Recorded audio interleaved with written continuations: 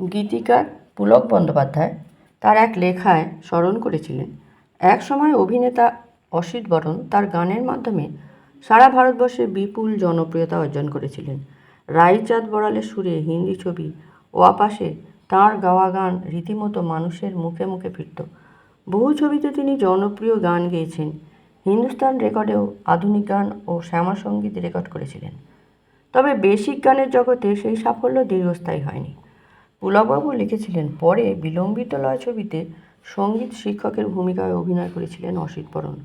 সেখানে সুপ্রিয়া দেবীকে গান শেখানোর দৃশ্যে ব্যবহার করা হয়েছিল পুলক বন্দ্যোপাধ্যায়ের লেখা বেঁধো না ফুলো মালা ডোরে গানটি, যা গেয়েছিলেন মান্না দে ও আরতি মুখোপাধ্যায়।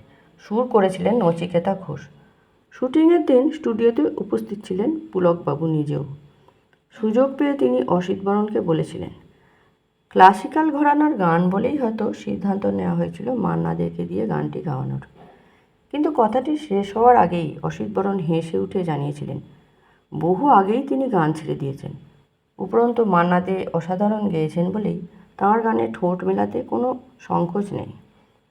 পুলক বন্দ্যোপাধ্যায়ের লেখায় উঠে আসে, পরিচালক সরোজ দে মূলত অসিত বরণের সঙ্গীত জ্ঞান মাথায় রেখেই তাঁকে সেই চরিত্র নিয়েছিলেন।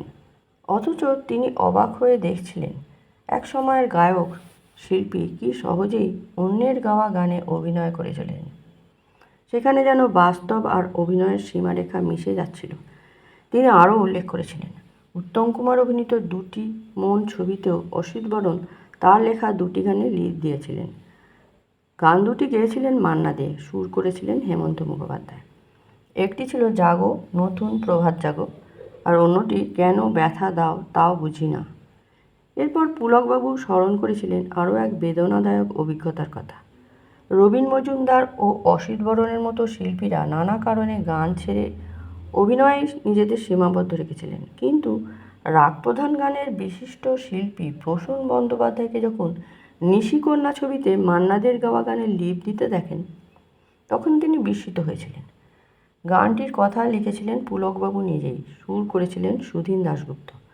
শুটিং চলাকালীন উপস্থিত অনেকেই প্রসূন বন্দ্যোপাধ্যায়ের লিপ দেওয়ার প্রশংসা করলেও পুলক বন্দ্যোপাধ্যায়ের মনে প্রশ্ন জেগেছিল, এত বড় মাপের একজন গায়ক, যিনি অভিনেতাও নন, কেন অন্য শিল্পীর গাওয়া গানে অভিনয় করছেন? সেই প্রশ্নের উত্তর তাঁর অজানাই থেকে গিয়েছিল।